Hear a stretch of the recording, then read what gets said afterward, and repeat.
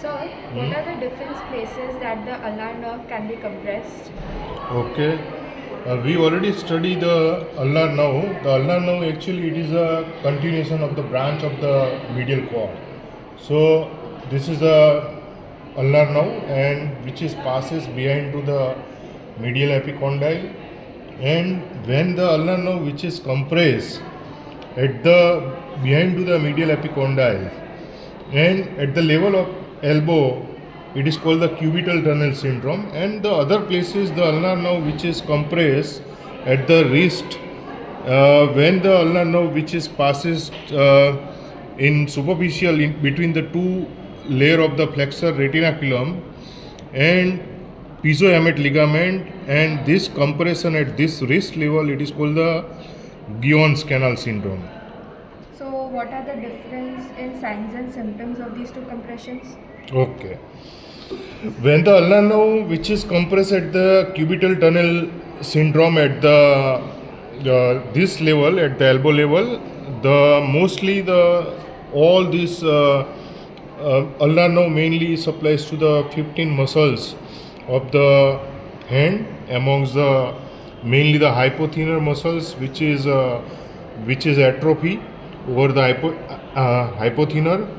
It is also occur at that layer, Guyon's canal syndrome, but the difference is that when the compression at that level, the ulnar nerve which is gives the one branch here you can see, it is called the dorsal branch, and this dorsal branch which is goes on the back side, and it is cutaneous distributions on the medial finger, 1.5 finger, mainly the little finger, and ring finger, which is sensation over the loss when the compression at the cubital tunnel syndromes.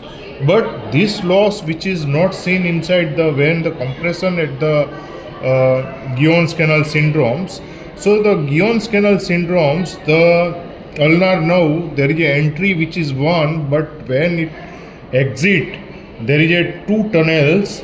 One is the superficial tunnel and one is the deep tunnel at that level. So this is the deep branch and this superficial branch, and entry at the one level. So this level, the once the ulnar nerve which is compressed at that level, it is called the Guyon's canal syndrome, and the compression which is here, the floor which is formed by the transverse carpal ligament and roof formed by the uh, volar carpal ligaments, and medially it is bounded by the pisiform bone and piezohamate ligament, and laterally it is bounded by the hook of the hamate. So when this tunnel, it is called the Guyon's canal, and compression of this ulnar nerve, all the intrinsic muscles which is atrophied, and you can see there is a claw hand. So but there is a loss of sensation over the dorsum of the little finger and the medial half of the ring finger, which is not lost during the Guyon's canal syndrome, but which is lost inside the cubital tunnel syndromes. Another things, you have to taste the for the which are the intrinsic muscles, how easily taste. Here you can see this is the first dorsal introccei. Total 8 introccei, palmar and dorsal introccei, 4. Amongst these 4 first dorsal introccei, when I can keep the paper here, easily it is sleep over the, and because the abductions of the index finger which is not occur by the we have to taste by the to abduct the ring index finger against the resistance, and there is a presence of this slipping of the paper between the thumb and index finger because of the dorsal, all the dorsal introccei which is paralysis. Also you can see there is a at the metacarpophalangeal joints there is a flexion, extension, and interphalangeal joints there is a flexions which is occur, it is called the claw hand, which is occur inside the Guyon's canal syndromes. Mainly the Guyon's canal syndromes which is occur by the fracture of the hook of hamate, dislocation of the pisiform bones. Also there is a ganglions which is forms, and sometimes there is a ulnar artery thrombosis which occurs. It lead to there is a Guyon's canal syndromes.